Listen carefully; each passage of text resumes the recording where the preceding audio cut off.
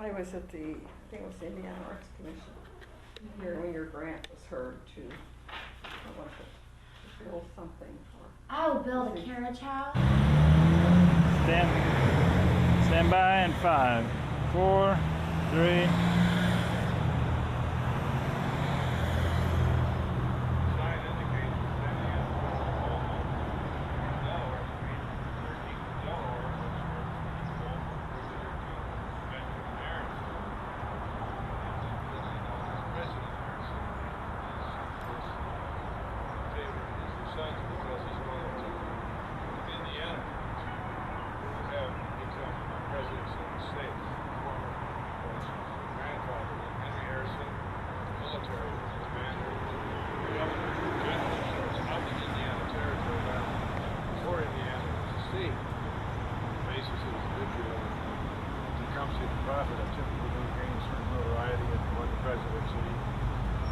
Only lasted 90 days, unhappily.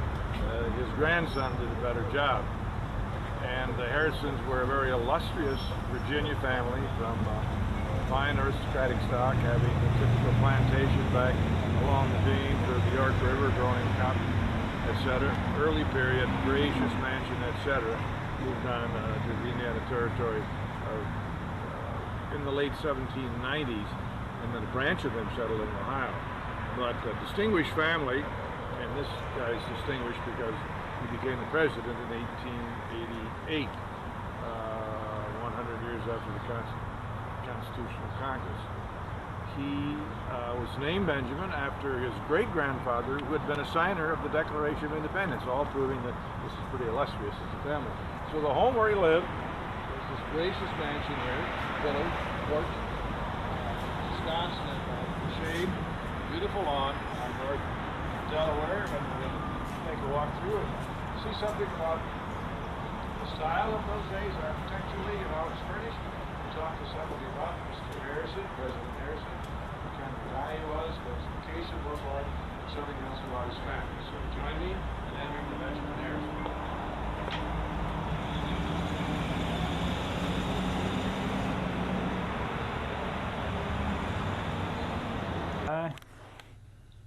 In 5, 4, 3. Hallway's a little dark to light, so we came in the front hallway, which is typical. Has a room on the left, which we will see in a minute. Moves forward until we get to about here. Steps going on up to the second floor, and then it opens up to several different rooms. This one having a light on, so this is the one into which we have to walk. And walking into a very gracious, very spacious, and a very high ceiling room. Incidentally, our guide and curator for this trip is a young man named David Merrill. David Merrill, and his title is Actually, I'm education department here. Education Department. Yes, I'm in the education department. Mainly deal with school programs and adult tours, and learn as much as I can about the Harrison home. And you are secured and hired by whom? Actually, I'm hired by the President Benjamin Harrison Foundation, which has a director, and we do have a curator, and they in turn are actually run by the Arthur Jordan Foundation. Oh, it's complicated. Yeah. So at some point in time, some group got together and secured this house, is that it? Right. The Arthur Jordan Foundation bought the home from the second wife in The second wife, okay. Yes, in 1936. Oh, 36? Right. And how long did she live? She lived to be from 1858. She died sometime in the 40s. I think she was like 96 years old, something like that. It's not, it's not too long ago, so it's a direct link to the old guy himself. Right. I would guess we probably ought to talk about Benjamin Harrison so we understand the character, and perhaps in terms of that, maybe read parts of it or understand better from this architecture something about his relationship to and with the house. He was born in Ohio, is that right? Right, North Bend, Ohio, in 1833. North Bend is now part of Greater Cincinnati. His father was basically a farmer from Ohio, but was a two-term congressman as well. And his father's father had been William Henry Harrison, who was the 9th president of the United States. Went with the slogan Tippecanoe and Tyler too. They're the only grandfather and grandson to ever be president. Strange that the son of a president would end up on a farm in Ohio. Well, yeah. But that happens, right? Yeah, it's actually, the farm was inherited by him from his father, William Henry, and it was somewhat kind of given to him, you might say, by the government for his service. But his father had a lot of activity in Indiana. He did a lot of negotiating with the Indians. William Henry did, Yeah. right. And he had a beautiful big old home down there in Vincent. Right. But I do not recall much activity in Ohio, so we obviously worked both sides of the Northwest Territory boundary. Okay. And where was Benjamin Harrison educated? Miami University in Oxford, Ohio. Sure. And studied law under a lawyer in Cincinnati, and moved to Indianapolis just before he turned 21, a few months actually, in 1854. What's wrong with practicing law in Cincinnati? That's a pretty good town. I don't know why You he don't know. exactly moved. He actually wanted to come to Chicago, wanted to go to Chicago. Right. And from advice from a family friend, actually for his father's friend, he told him to go to Indianapolis, where he'd have a more lucrative law career there. Okay. So. He's going west, young man. Right. And so he got to Indianapolis when? Same year in 1854. 54. Right. And he opened up with his own practice, or within with the law partner? He did have a partner. Eventually, he had a partner, Wallace. I think Will Wallace was his name. And then eventually, he had a law partner by the name of William Henry Harrison Miller. But there was no relation. That was actually right before his presidency, and Miller, his law partner, became his attorney general in his cabinet. So. I see. That figures, all right. He had successful law practice, apparently. Very successful. And I had the impression he got into politics in Indianapolis. Right. He first became city attorney, and then the Supreme Court recorder for the state.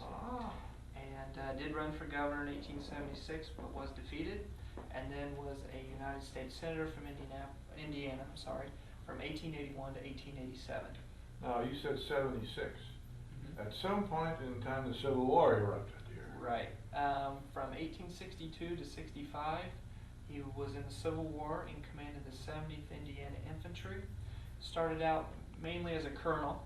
As a colonel? And he was a political colonel. He knew the governor of Indiana at the time. Morton, wasn't it? Right, Oliver Morton.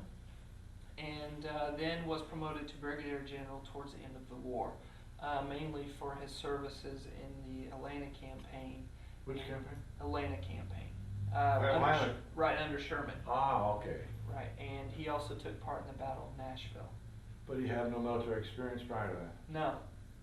Mainly all the military experience he got was from his own experience and little bitty manuals that he read while they were going through, the men might be going through basic training today.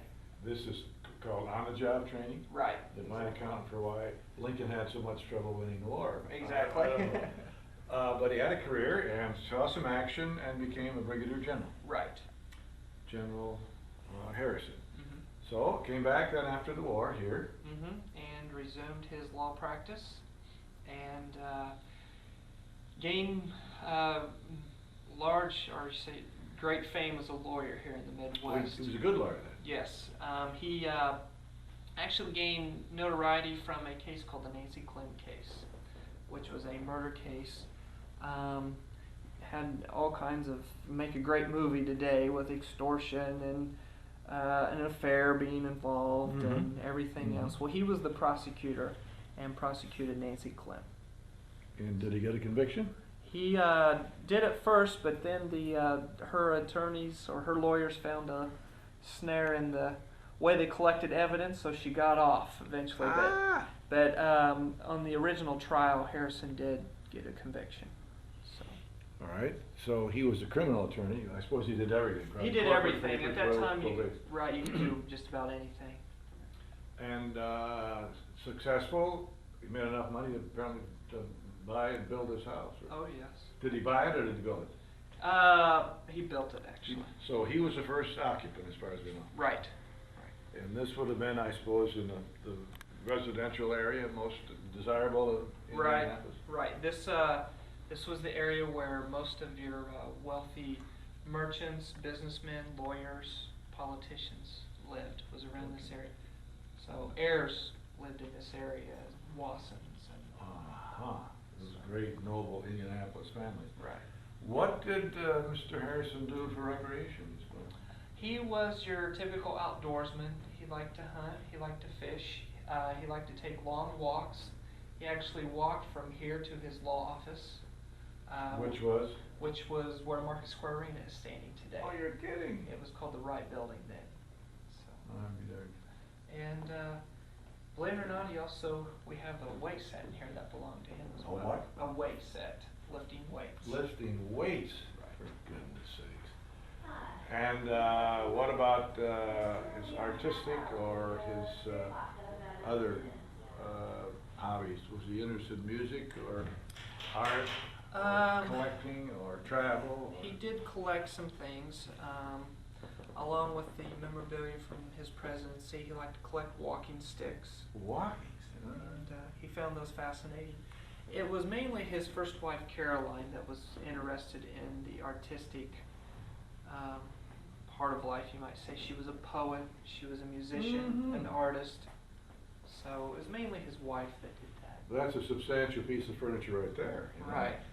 This is a baby square grand. A baby square grand. That's not a cheap piece of No. furniture, I wouldn't think. And it's made out of rosewood, and that's mother of pearl inlay above the piano keyboard. Okay. Was Mr. Harrison a teetotaler? Would he take a little toddy once in a while? Oh, No, we know. we really don't know. He was a Presbyterian though, and he was a very religious man that we do know of. He was actually an elder in the Presbyterian church. Here, not all bad. And his wife Caroline was the piano player for the church. For the church. There was a church on the circle. Is that the one to which he attended? It was First Presbyterian, which was actually 16th and Delaware. Exactly. Sure, knew it well. Fine old tradition there, and a great preacher, Henry Ward. I don't know who. Yeah, well, he preached on the circle. That's the wrong one. All right. Did he belong to any fraternal order? Was he a Mason? Do we know, or did he belong to Elks? Or He was a Mason. He helped start the Columbia Club.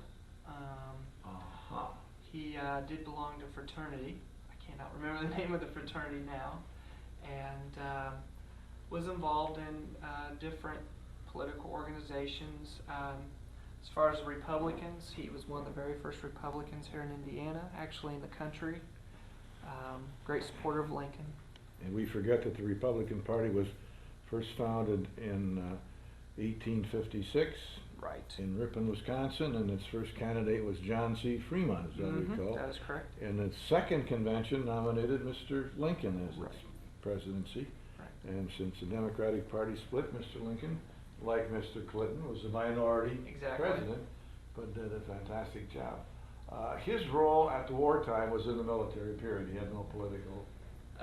For the most part, it was military, but in 1864, they did call him back to Indiana to head up the re-election of Lincoln here Oh, they did. in Indiana. He'd have been 31 at that time, is that Right. about right? Yeah, so Right. he was a young man then, okay. Right. So he came back. I know Lincoln was worried about the war, Exactly. and of course Sherman did a lot to change people's minds. The war finally began shifting in our favor, and I read too, Lincoln very much concerned about getting beat, and most of our troops came back to Indiana to vote so they could vote Right. for Lincoln. And here's the guy that was handling his promotion and his Right. campaign, doing all his TV ads and testimonies and passing out buttons and so on. I don't know if you're familiar enough with his biography to tell us what sort of a character he was. If you had dinner with him in the evening or played a game of bridge with him, what kind of a guy would you be finding? You'd be dealing with here? From what Boring. He comes off as being pretty boring. He wouldn't. Depends. He's been described as that he could give a great speech, very good public speaker. I guess I did hear But that. Yes. if you were to meet him one-on-one, he's been described as being somewhat impersonal. From what we have as far as in the way of letters, he kept few close friends and was very much close to his family. But in these letters to his close friends that I've read, he has a sense of humor that we really haven't picked up on till the last few years.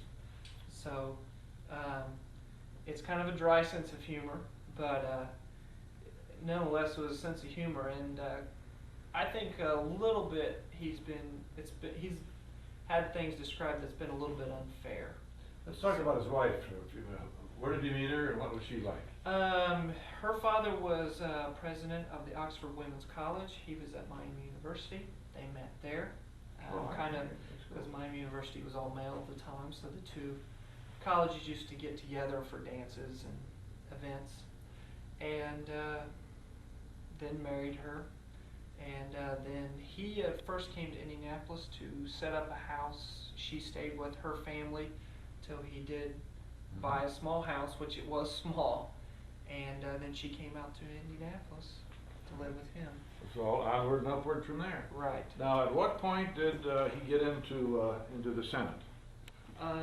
He was elected actually in 1880, so he would have been 1881. All right. And then, of course, the state legislatures picked senators. You weren't voted. Senators weren't That's right. voted by the You public. were elected by the legislature. Right. That's right. So, So he was pretty active in politics here, and pretty well known in politics here. He was not. Who was his counterpart in the Senate? Who else? I don't know who ran against him in the Senate, to be honest with you. We would have had two senators. Right. And actually, Don't know. don't Okay. really know. All right. Of course, they're both Republicans. The state legislature was Republican at the time. What gave him national notoriety to the degree that somebody would consider him a candidate for president? Well, he was known nationally, or at least throughout most of the Midwest and parts of the East, as a lawyer. Okay. So, other than the fact that he was in local politics, it was kind of a fluke actually at the Republican convention. James Blaine was the favorite Yes. at the convention, and Blaine couldn't get all the votes, and so they really couldn't think of anybody, and so Harrison's name came up, and I don't know this for sure, we don't know this, but it seems to me from the research I've done, they kind of looked at him as that, well, the Republican Party might be able to control him while he was in office. Come to find out that wasn't the truth. But Was that the day of Mark Hanna, or do you know? I Who don't. was running the party? Okay. It was, well, McKinley was the chairman of the Republican Party then. Okay, and he would come along after Taft, I guess, wouldn't he? McKinley was after not after Garfield. I'm sorry, Cleveland. It After was Cleveland, Harrison, Cleveland, and Right. McKinley. Right, I'm sorry, Taft, that's Cleveland. That's Yeah. right. He split Cleveland's terms, that's correct. Right. That's correct. But you'd have to have some notoriety, and some stature, and some degree of ability to be Mhm. even considered for the Right. presidency. So, He just knew the right people, you might say. But as far, he was just only a one-term senator, and when he was even nominated, which today would be, which then wasn't so much of a fluke as it is today. But nonetheless, it still was a little bit of a fluke that someone would be nominated just being a one-term senator. what kind of a president was he? He had a difficult time the last 2 years. He did not have a majority Congress. A lot of a depression, as we would call it, a recession today happened. It was very economic in terms with the monopolies. He signed the Sherman Antitrust Act to He break did, up did he? monopolies. Uh-huh. There was a big fight between the silver and gold standard, that thing. But he did do things to help out the Parks Department. He created Yosemite National Park. Mhm. He set aside 13 million acres for national forests and national parks.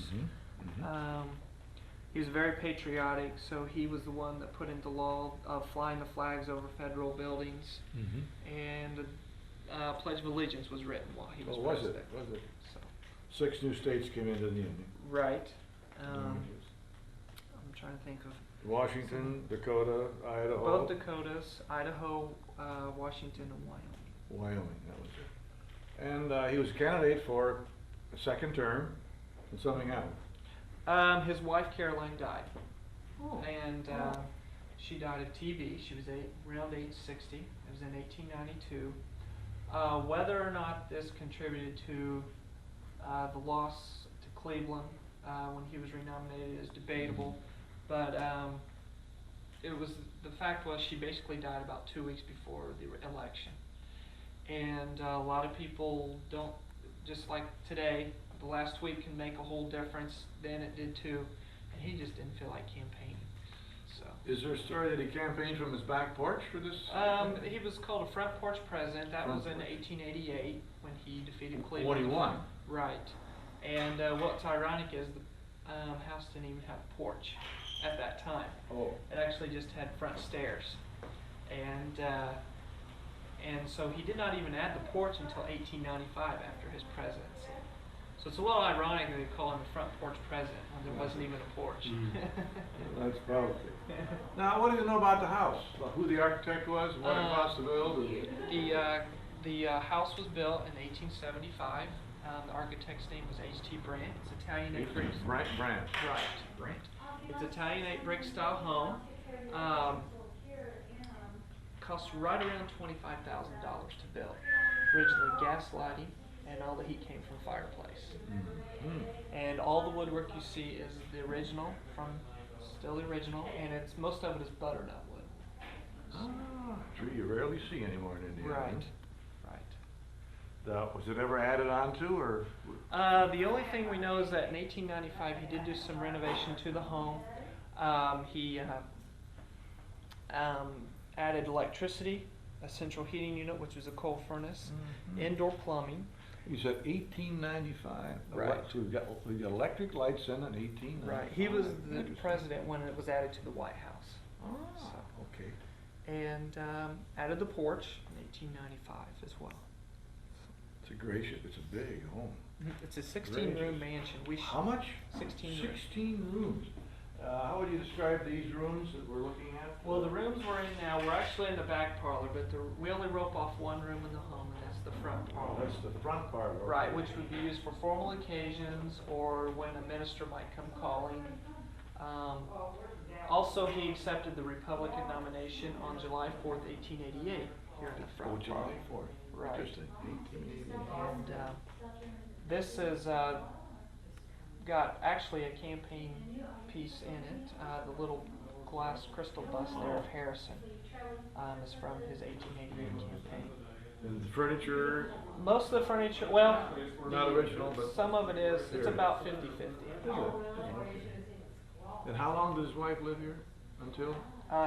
Well, his second wife lived here from 1896 to off and on till 1936. She did go she's a New Yorker, so she did go back and forth from here to New York. I guess it's period type stuff. Right. If it's not original, it's a period piece. So. And the carpet's original, you The told carpet, me. this in here is the only original rug left to the home. It's an Agra Indian rug. An Agra Indian rug. That's Taj Mahal Agra, right? Exactly. I don't know about the design in the floor. The parquet flooring is original. I guess whatever turns you on. Right, and this was very popular. Was it? All right. And these were local masons and carpenters. We didn't hire these from Italy or this was local. Indianapolis, Indiana. Now, we don't know who his neighbors were, do we? Or do we? I don't know when he first had the home built, but on the south side of the home, L.S. Ayers built his home there. Did he? Good. And then just to the north was Wasson. What if he got a discount on his top coats, etc.? He came back after his presidency and did what? He resumed his law practice. He did. And That's unusual. Can you imagine a president as an attorney and on a law? Well, I guess. That's what he did, and wrote some books. Biographical? Somewhat of his, while he was president. Some of his speeches, he published those as well. And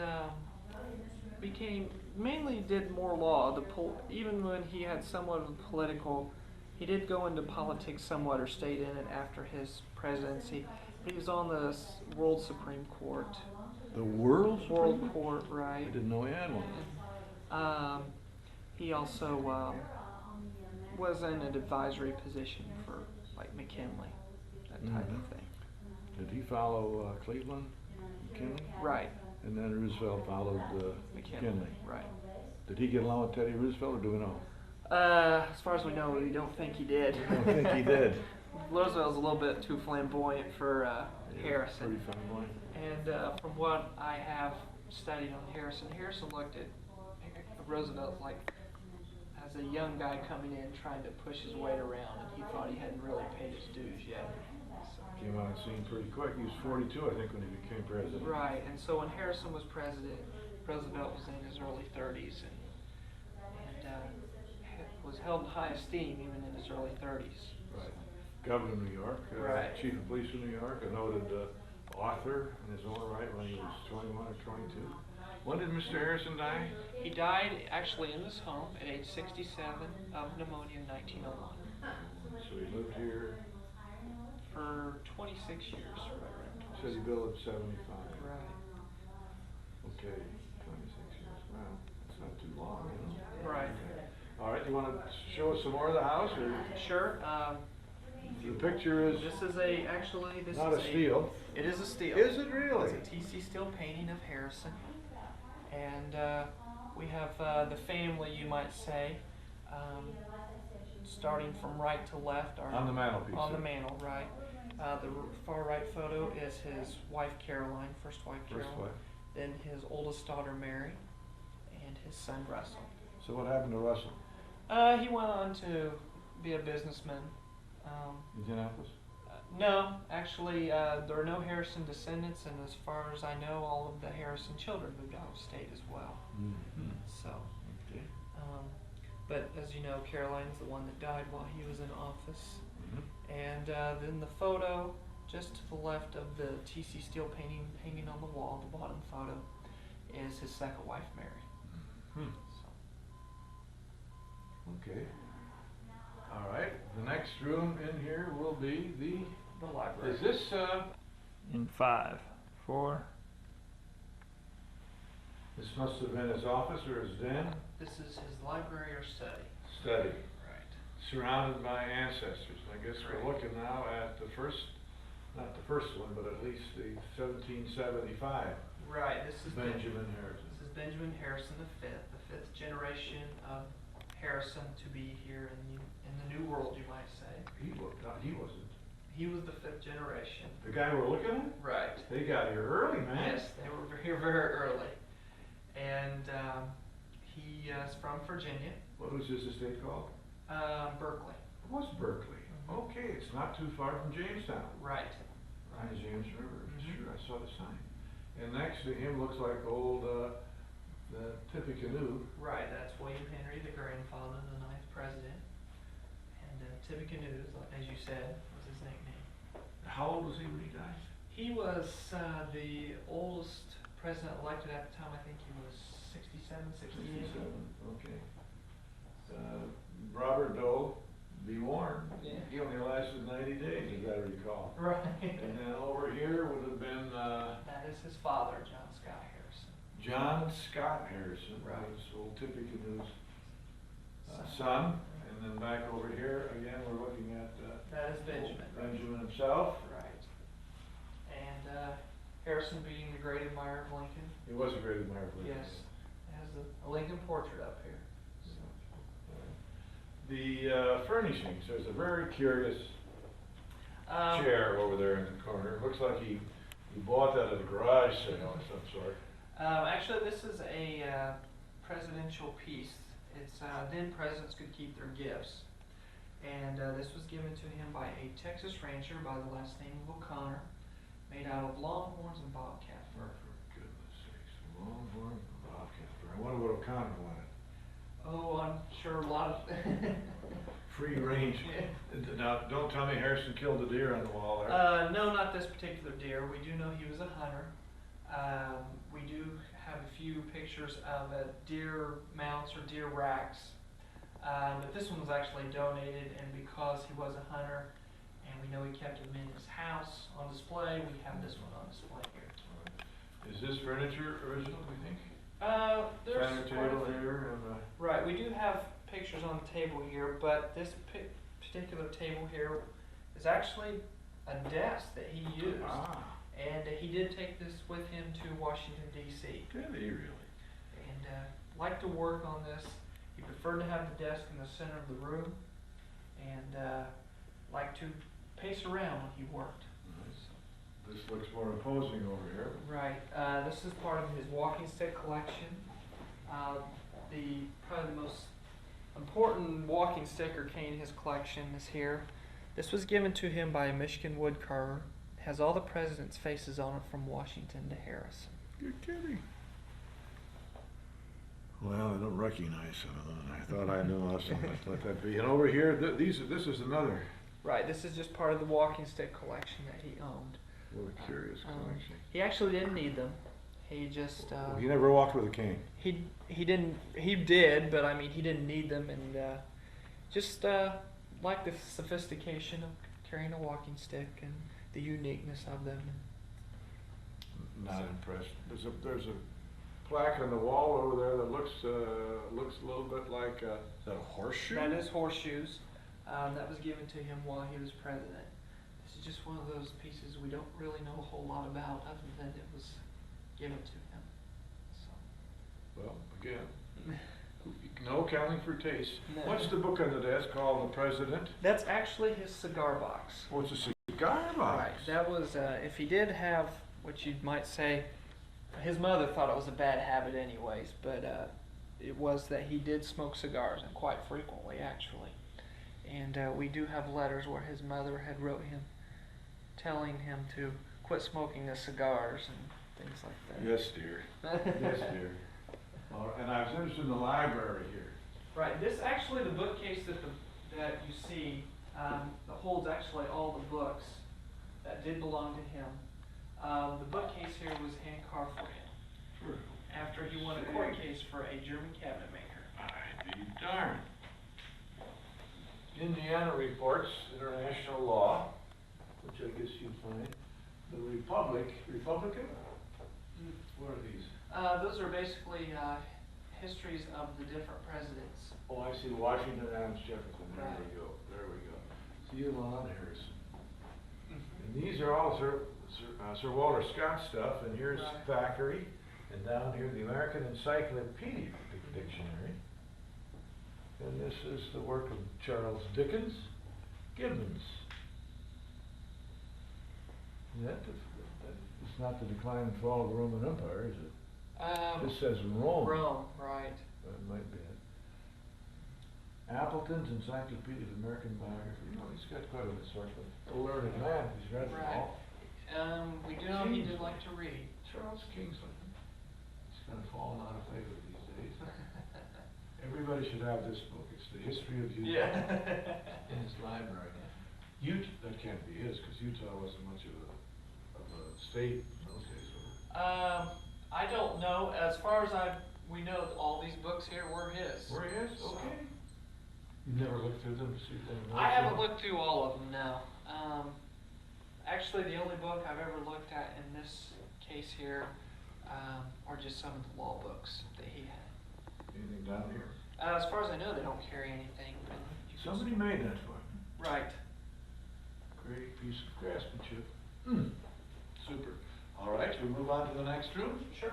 We'll go across the hallway here. Okay. To the dining. 5, 4, 3. Well, we're set for 8 people here. Is that typical? Did he have company often, or do we know? We do know that the Harrisons did entertain, probably more on what his first wife liked to do more than he. He was more the quiet introvert, where his first wife was the extrovert, you might say. The furniture here in the dining room is original, but the place setting here is not Harrison china. It's just from the period. And we do have that set up like a formal dinner here at the Harrison home. And you see the knife here, and the fork, and the knife sharpener, which seems a little crude. So I can see the president sharpening his knife and cutting the pot roast, and then just passing it on down. Right. And, well, I don't know, that's pretty elegant service. So they knew the good life here. Right. Bouquet on the table out of the garden. Mhm. And moving around, you see some more of the appointments. What's the big silver gadget here? This was given to him. Actually, it's a water pitcher, I should Oh, it's say. a water. It's a water pitcher. It has a rubber lining. It's on a little swivel. And it was given to him along with the silver tea set by a Republican women's group from Iowa. Wonder what they want. That's something. Just a question, I guess, considering women couldn't even vote then. That's true.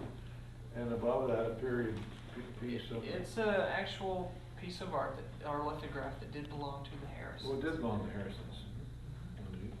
And over here, you get the idea that some of this plate that we're about to see might have been a presidential plate. Is that a good guess with the eagle in the middle here? Right. The second shelf here on Second shelf. on the china cabinet is the Harrison's White House china, and designed by Caroline, his first wife. It was. And the corn on the border, there's corn on the border, I should say, and that's to tell that they are from Indiana. Great. Right on. And the china on the top shelf, the flower plates, Mhm. and the bottom shelf, the bird plates, were hand painted by his first wife, Caroline. Well, he had good help, didn't he, in terms of both of his mates? Right. With respect He to did. his office and his life. Even this, what do you call this? China covered. We just call it china cabinet here. As far as we know, it's an Very original elegant. piece. Pretty elegant. A lot of taste, and the rug works well. It's a taste. Right. No, you note the decoration, I don't know what you call it, valance around the entire room. though. It's just a wallpaper border. It's actually not Victorian. It's got Indians. It does, and it's not what the Harrisons had, but they did do some redecorating to the home in 1974 in way of paint and wallpaper. This is what they decided on, but it really doesn't suit what I call Harrison's taste. It looks like somebody was having a sale. That's what it Yeah. looks like. And I got a deal for you. And over here is something else. Right, this is the tea set that was given Tea set. to him that kind of went along with the picture. What's unusual about the tea set is that all the handles have women's heads and all the feet have men's faces. This is an American piece or? This is by the same group, by the Iowa Republican Women's Group. Uh-huh. We don't know where this was made. No, I don't know where it's made. Timbuktu or China. You've never picked it up and looked either, have you? No, I haven't. I like this piece above though. I think that's very striking. It goes well with the room. It's just one of those paintings that is somewhat unknown. This is fruit in here? Fake, yeah. Looks like jawbreakers, but I'm sure that's not the, I don't see Benjamin Harrison with a jawbreaker. So. Okay.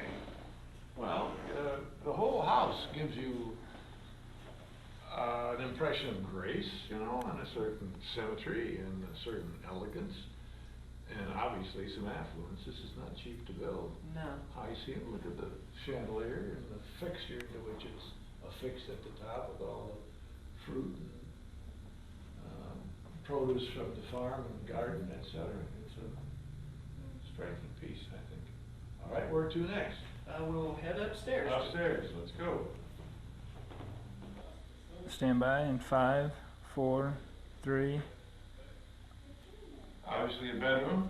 This is His bedroom or their bedroom? This is the guest bedroom. Well, the guest bedroom. And originally his oldest daughter's bedroom. And after she had married and moved out, they changed it to the guest bedroom. So we have the guest bedroom furniture in here. It looks pretty authentic, doesn't it? I just noticed something. I see little pots around, which might suggest there was no inside plumbing. Not for the first 20 years, no. Is that true? And Electric lights, that you think that would come along with it, but apparently it didn't. First 20 years. First Okay. 20 years. 75 to 95, there's no indoor plumbing. So. Good. Think of how gracious all the rest of this is, and then pulling that pot out the alley every day. And the gal behind us, is that a portrait of somebody we should know, or just a picture? That is William Henry Harrison's wife, Anna Is Sims it? Harrison. And this is her, what you would call a mourning portrait. And it was actually done about 6 months after William Henry died. And actually this is a copy here. But it's that's why it looks very dark. She looks depressed. Right. And the way they mourned then, no telling how long she wore black. So. You get the impression that both of his marriages were fairly happy ones, right? Mhm. Compatibility and. They were. What's ironic is that both wives were somewhat opposite. Caroline, his first wife, was very extrovert, liked to entertain, very much had a lot of friends, and his second wife was more like he was, introverted, family oriented, that type of thing. And books up here too as well, right? Right. Those These are his books. Those are his. The bookcase, however, belonged to his grandfather, William Henry. Not very fancy. Oh, did it really? It did. Did it? Oh, okay. Views of an Ex-President by Benjamin Harrison. And Buddha Modern Europe. Don't you learn about modern Europe from reading that? That's old. General William Henry Harrison. These are William Henry Harrison's campaign memorabilia from 1840. There's the old log cabin. Right. For goodness sakes. General Scott. Okay, that's Mexican war, isn't it? Mm-hmm. Scott, right. Okay. That's some pretty romantic stuff there. You got two doors here, one comes in and one goes to a closet, I'll bet. One's a closet here. This is the. What's the deal over the bed here? This is called a half tester. A what? It's called a half tester. Today we call it a canopy. And what it was used for originally was maybe to put cheesecloth or mosquito netting to keep out the bugs when you slept at night. This, for the most part, is just used for decoration, the tester here. And we actually have the summer linens on, so everything's nice and white. Well, you changed the linens with the season, Yes, did we you? do. For goodness sakes, that's first class. Picture over there of the birthplace of President Benjamin Harrison. Right, this is the North Bend Farm. The North Bend Farm, okay. On the Ohio River? On the Ohio River, right. Right, you said near Cincinnati. Right. Good. I like this wallpaper. And the death of Harrison, April 4th, AD 1841. That's gotta be Grandpa, doesn't it? Right. 1840, April 4th. Didn't last 90 days. He actually lasted 30 exactly. He got a cold, he talked for 2 bloody hours during the course of his Inauguration. inauguration, yeah. Caught pneumonia and died a month later. More garrulous than Bill Clinton. I didn't think anybody. Excuse me. Okay, out into a hallway of sorts here? Right. It's a big building, you know?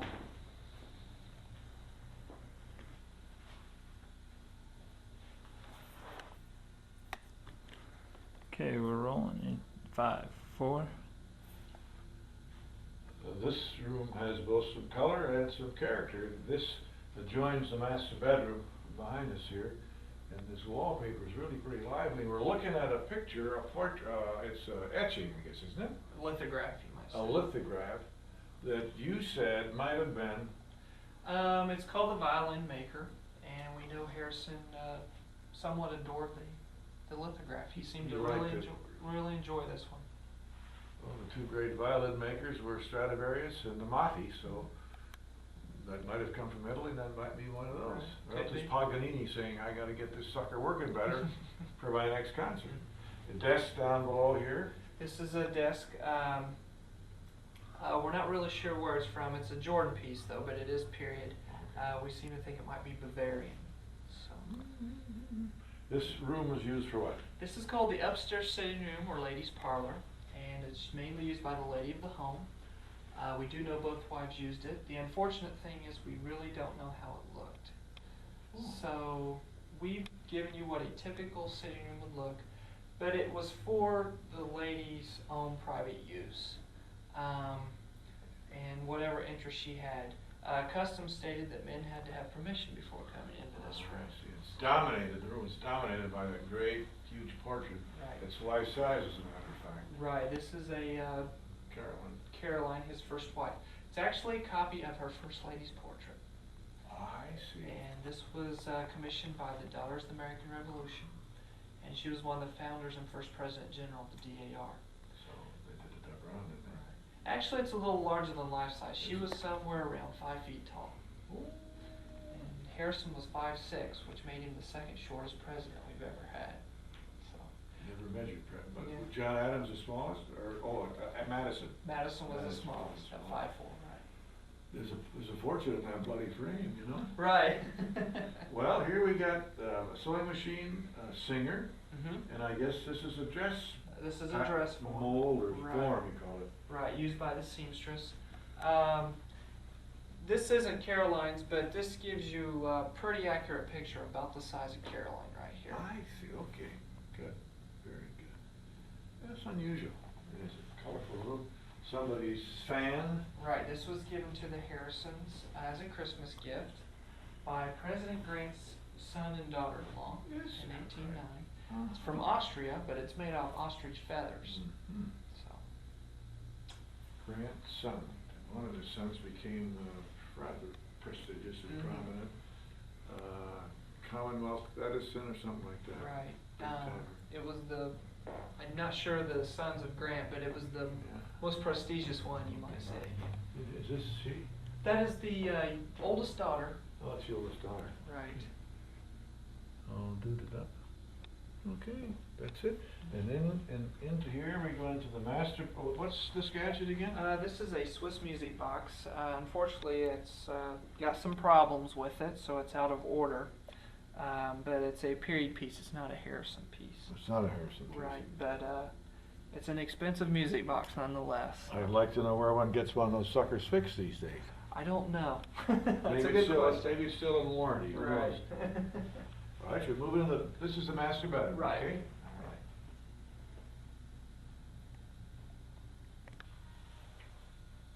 5, 4.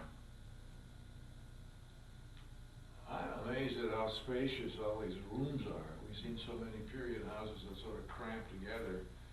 But this, both in length, breadth, and height, are all really gracious. Plenty of room. This is another elegant room. You know, I like the coloring in here. And you get almost an aristocratic feeling from that emblem over the top. Right. This is the Prince Regent's bed or the monarch's bed himself. And that bed is a pretty busy bed if you had a chance to look at all the woodwork and all the special carving, 2 or 3 different kinds of wood in it. Mhm. Is this original? Is This it? is an original. This is actually the bedroom set of Harrison and his second wife. It comes from New York, and it's called Renaissance Revival, is the style of furniture. It's a total bedroom set that goes together. And like you said, 2 or 3 different types of woods. The table is a piece of it, and this bureau is a piece of it. Right. And the different chairs. And All the different chairs, And okay. then the bench over there. Uh-huh. Very good. And this is a bureau with brushes, Right. et cetera. Those are This- original as well? Those are original. Those are actually it's a combination of vanity sets between the first wife and the oldest daughter. They're already Mhm. That bed is heavy, I bet, too. yeah. Okay. Luckily, I've never had to pick it up or anything. So And you mentioned some exercise equipment, and here it is, I think, over here behind the door. right, this is his weight set called a Whitney Home Gymnasium, For goodness and he used this before and while he was president. Rochester, New York, patent, April 1882.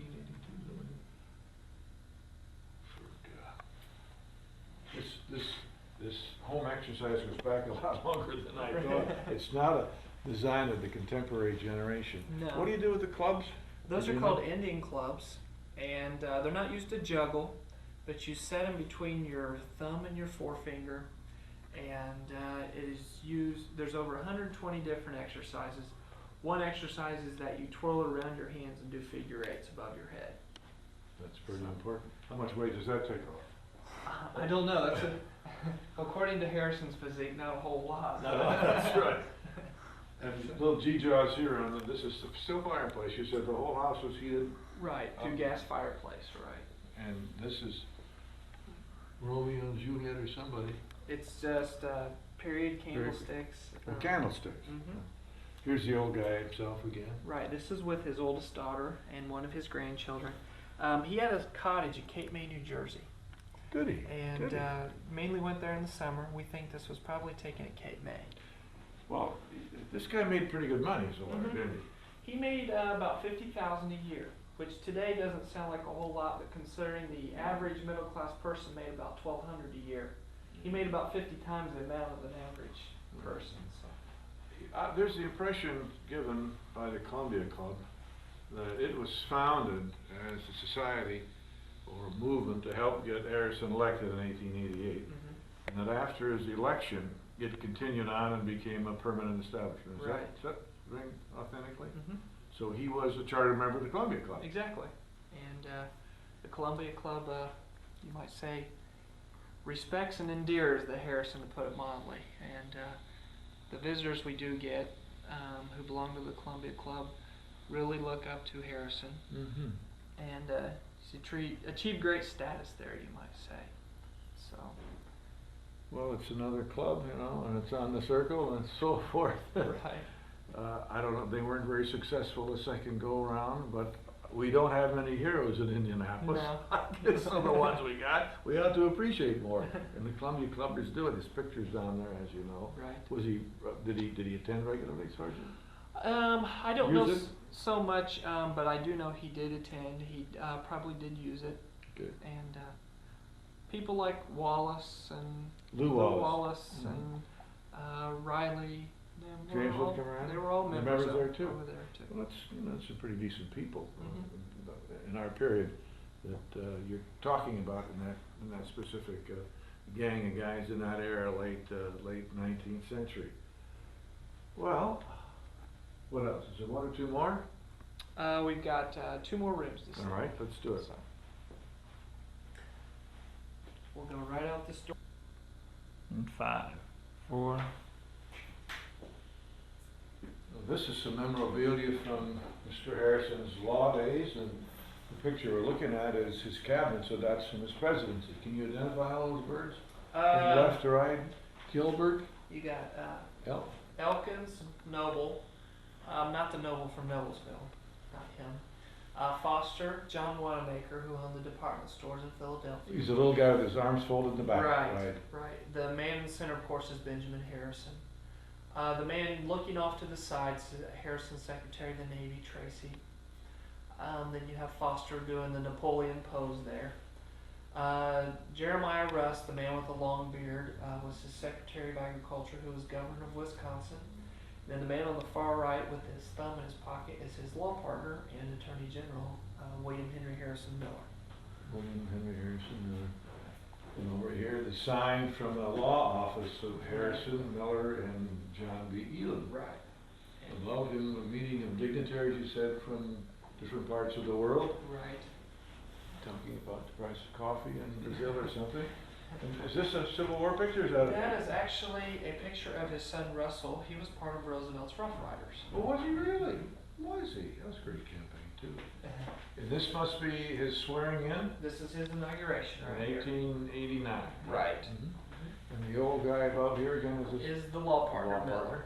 This would have been This was his desk called Moore his Desk. desk. And the desktop slides in, the whole right side closes shut. For goodness sake. And what's nice is we do have a picture of how it looked when he used it, so you get a very good idea of how he was. Right. And here's his old buddy Abe Lincoln right here. Right. Wright's Block, East Market Street, Indianapolis, 137 West Washington Street.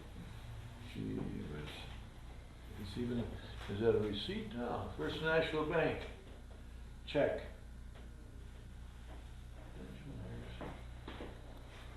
Warrant. Oh, you darn. Well, it's a piece of history, really. And even though we have it in the house, we know his law office wasn't here. This was originally a bedroom. It's just nice to see that we do have the original furniture and how things have changed in the office. Okay, and these are filing These are cabinets filing once again cabinets of the here. period. Right. Well, we got a lot of history here, more than people would realize, and I think far more than the public knows is here. Over here is the president's. What is this gadget? This shows his signature, and this basically is promoting a man to admiral in the Navy. I think James A. Greer, Benjamin Harrison. And Admiral Greer, of course, very famous admiral of the Navy. Was it? Yeah, eventually did. Eventually. Eventually. Yes. Did I read that we built the first 4 battleships under Mr. Harrison's Right. presidency? That's Which right. Roosevelt likes to take credit for, but the idea and when they started construction of them happened under Harrison's administration. All right, one more room to see with some political memorabilia. Exactly. Okay, thank you.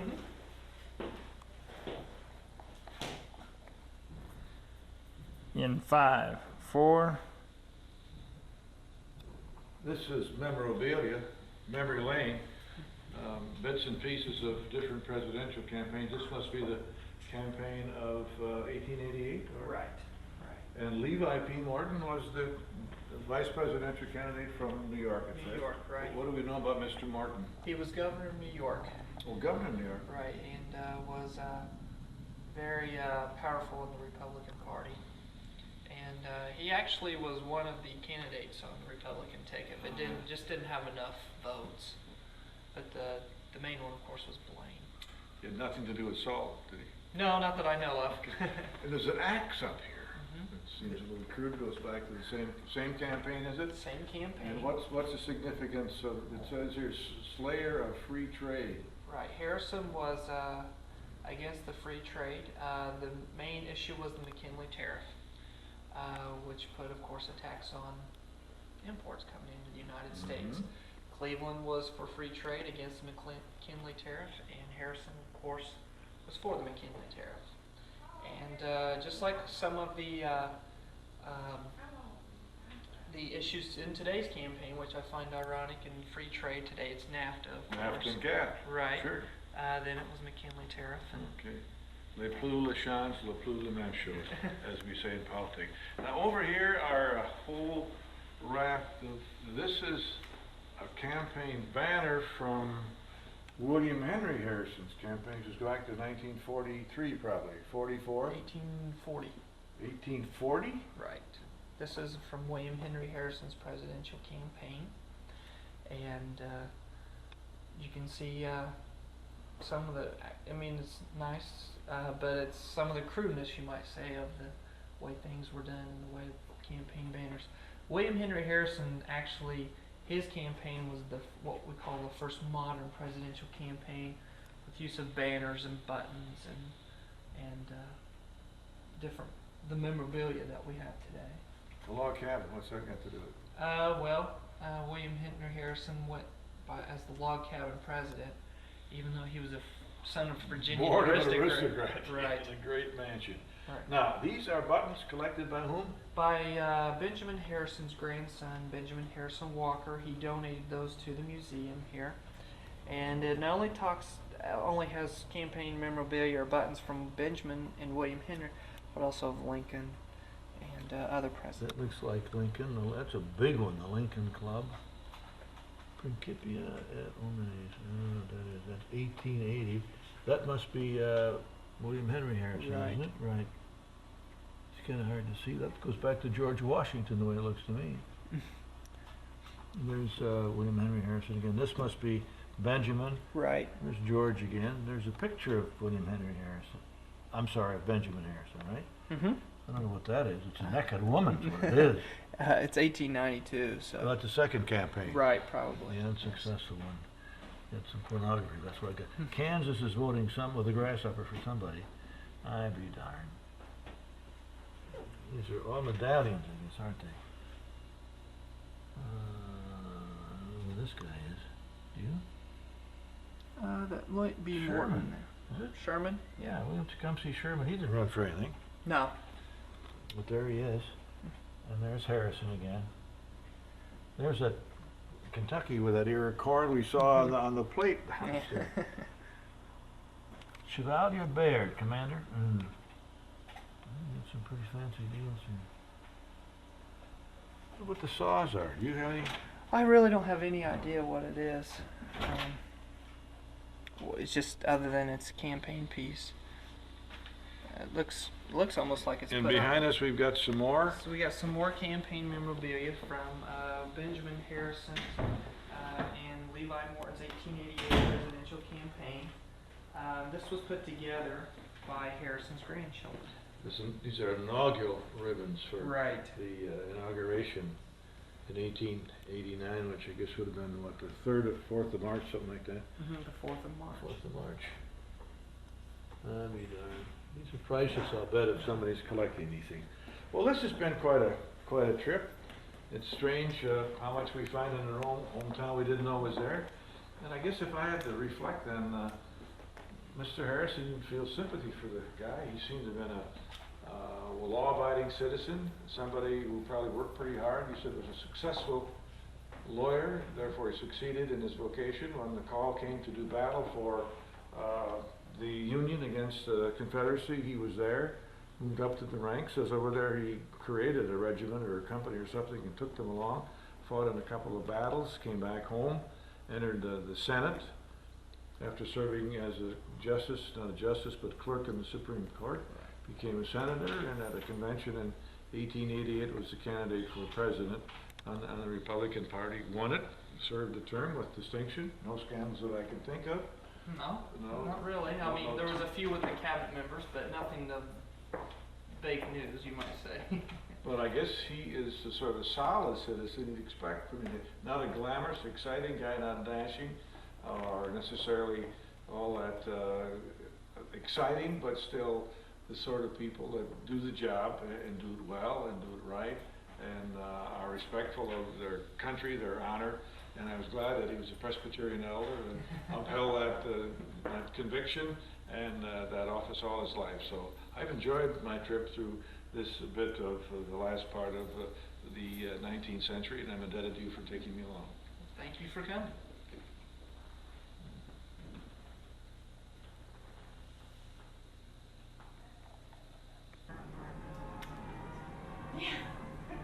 In 5, 4. We are sitting in the restaurant affixed to and part of the Canterbury Hotel, right? That's correct. And we're talking to Von Belk, the maitre d'. Maitre d'. You've been here how long? About 6 months now. Oh, 6 months now. Not too long. No, not too long. You came here from? Florida. Where in Florida? Hope Sound, a little bit north of Jupiter Island. You were escaping the law or something down there? Or? No, I wanted to get back to the basics. Back to the basics. We're more basic than Florida, right? Better values, family values. How would you describe this restaurant if somebody wanted to get a little idea what it's all about? I would describe it as a continental cuisine. It's a formal style of eating. To get through the courses, it takes about 2.5 hours. It's a slower pace than most restaurants. We really enjoy the attention to detail and pacing of dinner, much slower than most restaurants. All right. And you said European, generally. I would say you're. What do you have to do with the menu, if anything? I don't do too much with the menu. The chef is very creative and takes care of all of that for us. Yeah. He's a German gentleman who's been doing it for a long time. He's been with the Canterbury for over 10 years. And your role is what? To take care of all the service in the front of the house. How's come there aren't more people there? It's very early. It was very early. What is the dining hour at Canterbury? It starts at 5:30 and goes till 10 o'clock, 7 days a week. But if I got here at 8 o'clock, there'd be a full house. Correct. Would there really? Yes. You're doing very well then. Yes. Not a large restaurant. No, there's only 12 tables. Oh, okay. So you can give superb service to each and every, and individual service and so forth. Do you have a favorite that you ordered when you eat here? Yes. What is it? The lobster and veal Tivoli. Lobster and veal Tivoli. Tivoli's in Sweet Garden, isn't it? I'm not sure on that. And Tivoli's also in, it was a resort in Rome built by somebody. Okay. How do you describe it? What's it like? It's lobster tail and veal tenderloin. Veal tenderloin, okay. Are sauteed together in a brandy cream sauce. It's just a truly phenomenal dish. It's just spectacular. Now, is most of your business from the hotel, or is it local people who come back? I'd say 50-50. 50% hotel, 50%. 50%. And you're happy with the way things are going? You're liking the Manchester? You're not thinking of moving back to Florida. You said you were from Denver? That's where my parents are from. Ah, but you speak awfully good English. So. I was born in Victoria and raised in Sure, you're hard time settling down, aren't you? Or is this it from now on? Okay, well, we're looking forward to our meal. Thank you. And thank you for getting Thank you us very into much. position, and if somebody comes now, we might order a drink and look at the menu. Wonderful. Okay, Thank you very much. Anytime. You are somebody different. Your name is I'm Brian. Brian? You You were are a friend waiting to see. you're a native of Indianapolis? Well, originally from Anderson, but I've been here about 8 At years. least you're a Hoosier. You Yes, talk I the am same a Hoosier. language. I don't need to talk about this menu. It's fairly exotic. I noticed something. We got some salads and duck pate, morels, escargot with stuffed in ravioli. And the first entree is cuisse de lapin à la glande moutarde, which is baked rabbit thighs. So if you've been dying to have some baked rabbit thighs, this is a place to come. It sure You know, is. but it's the only place in town that sells them. Probably is. You ever sell any though? You ever sell Well, any? not yet. We just started this last night. Oh, is that right? Sure, we will. That's right. Ooh, hope you didn't buy too many. Just in case. But it's a sort of French menu with, I see cassoulet, which I like very much, great dish, and chicken breast, salmon, filet de beef, de Beaujolais, which is beef tenderloin, scallop de veal, and profiteroles, I noticed that, which is good and fattening. Then you've got a separate section, which is a chef's dinner section. And a series of appetizers like mussels and smoked salmon and bell shrimp, soup of the day, chili, cucumber, yogurt, gazpacho. That's pretty exotic, man. That's different. And salads, and he tells us the specialty and one of the great dishes is lobster and veal tivoli. They are signature entrees. Signature. Beef tivoli, pepper crusted rack of lamb if you're into rack of lamb, pocket of salmon, Dover sole with the butter and grilled vegetables, etc. So it's a very unusual and a very elegant sort of menu. And I was going to, I don't want you to be disappointed, I'd like that butter, lettuce, arugula. Arugula. Sounds real with whatever the dressing is, I guess. And I was thinking of the Dover sole. Okay. Because you're going to bring that out here and cover up on the air. Well, I sure am. And soul's getting harder and harder to get on all the time. And my colleague here says she would like the celery salad, and she wanted the Wisconsin veal. The camera guy's going to order for himself. Okay. In 5, 4. This salad is a salad is a salad, but each chef has his own way of putting his own special touch on it. What strikes me as unique about this, it is really cold. This guy ran this through a freezer for about out here. The result is it's very crisp. You tell us often that that sort of white lettuce you get in the grocery store doesn't have too much of any sort of nutrient in it. This has got good green stuff in it. It's really a little different. Maybe that's why it's $4.25 a pop. Like.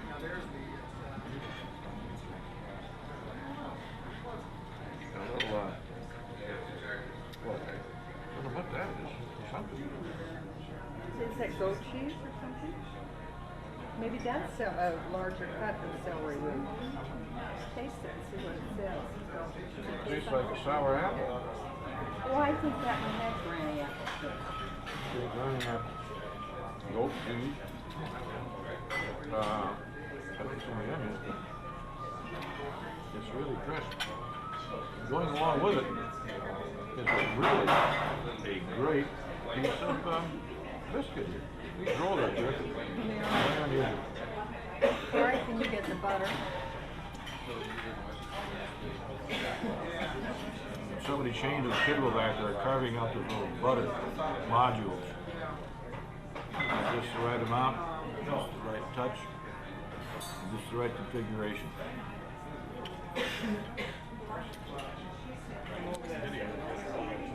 Okay. Something we're all familiar with and do it each night at home is a little dish of something called sorbet. It's a fresh fruit compost of some sort. This one tastes a little bit like wine. decorated with a little green leaf, which I suppose is probably mint. There is some beet leaf. No, mint leaf.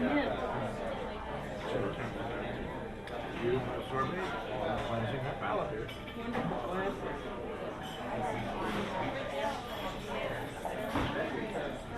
Good second.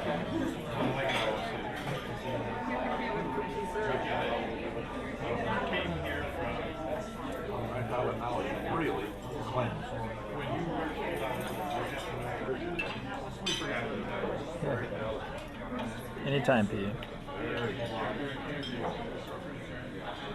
Send these guys to school, learn how to arrange food in the place.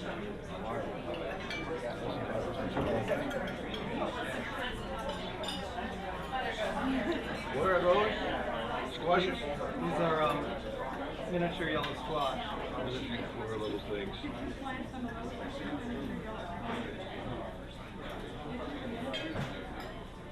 Oh, just,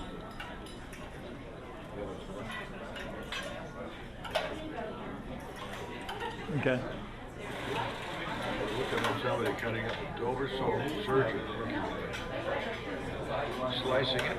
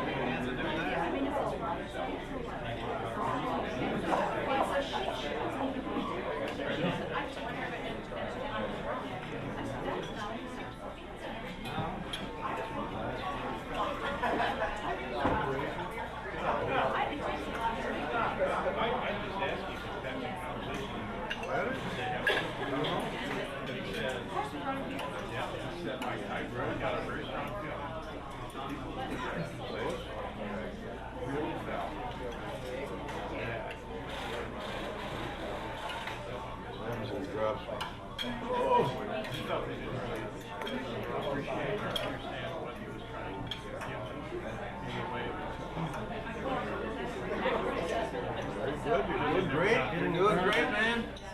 Now don't blow it on this one. Careful, careful. You're gonna make me draw it.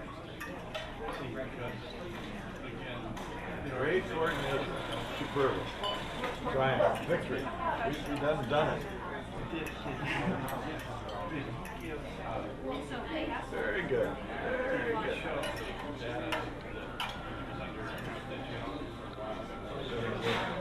where you change their hands.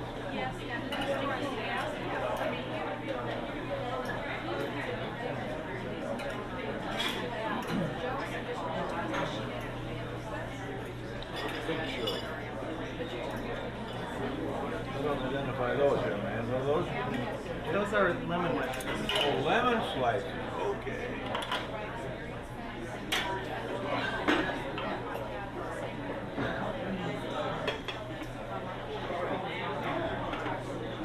I can just feel the tension building. Here we go. If I can stand this or not. 1, 2, 3. Thank you very much. Looks superb. Superb. So hard to get anymore. And you don't see people that can handle it very well anymore.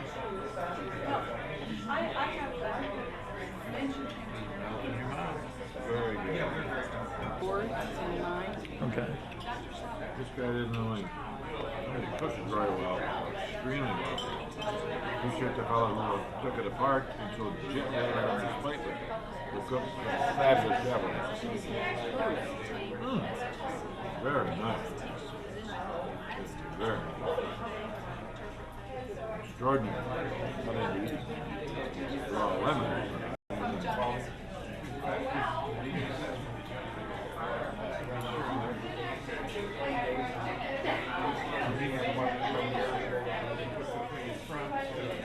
Hard to beat this one. It really is hard to beat.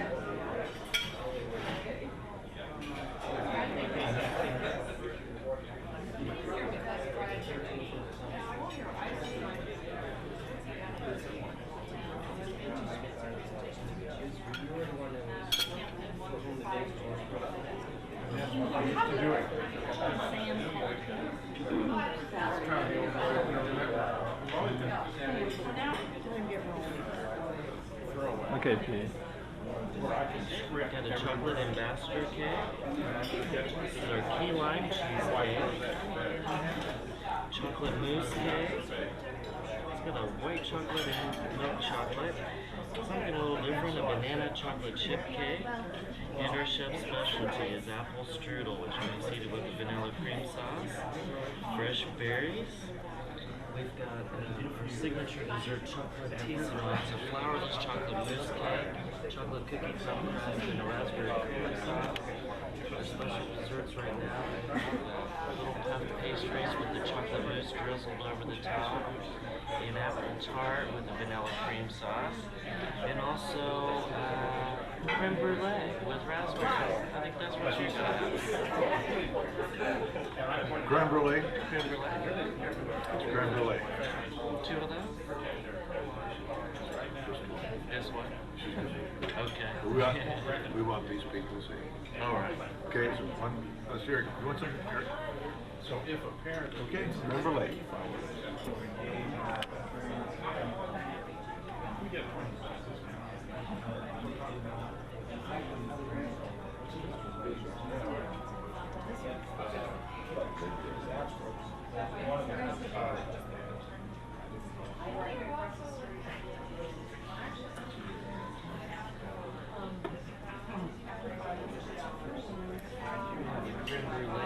Which is what? It's a custard, and then it's got brown sugar on the top, which has been caramelized, and then some raspberries sprinkled on the top. Custard on the bottom. Caramelized on the top. Cold. Oh, it's gonna be hot. It's cold. It is cold. Does it sell pretty well? I've sold quite a few of them. Sweet custard and raspberries and caramel. And well, it's a brown sugar, and then they get a torch and caramelize the top of it right before it goes Very dry, but pretty common, right? We used to have it on the menu all the time. We used to have a special Good job. Thank you very much. Thank you.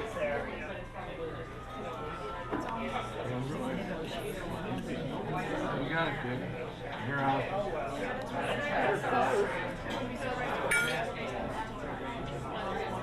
This is a restaurant at Canterbury. 123 South Marie, South Illinois Street. As you can see, and fairly unique in terms of size, almost intimate, and with an outstanding set of menu. Come down here, I'll let you